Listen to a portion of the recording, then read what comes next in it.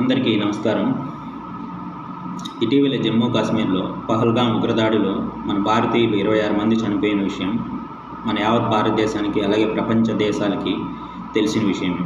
అలాగే దీనికి ప్రతీకగా మన భారతదేశ ఇండియన్ ఆర్మీ ఆపరేషన్ సింధూర్ పేరిట పాకిస్తాన్లో ఉన్న ఉగ్రవాద స్థావరాల మీద దాడి చేసిన క్రమంలో దాదాపుగా ఉగ్రవాదులు హతమవ్వడం జరిగింది.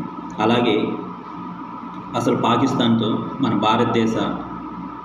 భారతదేశం ఎందుకు యుద్ధం చేయవలసి వచ్చింది అనే క్రమంలో ప్రపంచ దేశాలకి తెలియజేయడానికి మన భారతదేశ ఒక బృందం బయలుదేరనుంది.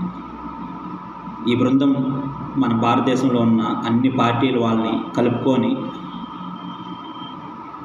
బయలుదేరనుంది. అలాగే ఈ క్రమంలో మన భారతదేశానికి జరిగిన నష్టాన్ని, అలాగే పాకిస్తాన్లో ఉన్న ఉగ్రవాద స్థావరాల మీద, మూలాల మీద పాకిస్తాన్ ప్రభుత్వానికి తెలిసే కొనసాగిస్తున్న పాకిస్తాన్ ప్రభుత్వం మీద, అలాగే ఎన్నో రోజుల నుండి పాకిస్తాన్లో ఉగ్రవాదులు తలదాచుకొని ఉండే అంశం పాకిస్తాన్ ఆర్మీకి తెలిసినా కూడా పాకిస్తాన్ ఆర్మీ పట్టించుకోకుండా ఉండకపోవడం, అలాగే ఏకంగా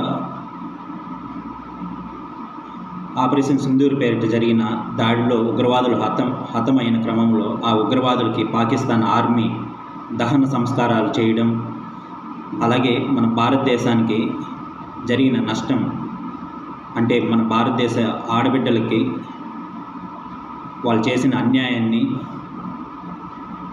తీవ్రంగా పరిగణిస్తూ ఈ అంశాలన్నీ పూర్తిగా వాస్తవ రూపంలో, వాస్తవ మూలాల్లో ప్రపంచ దేశాలకి, అక్కడున్న నేషనల్ మీడియాకి, ఇంటర్నేషనల్ మీడియాకి తెలియజేయడానికి మన భారతదేశ బృందం బయలుదేరనుంది. అలాగే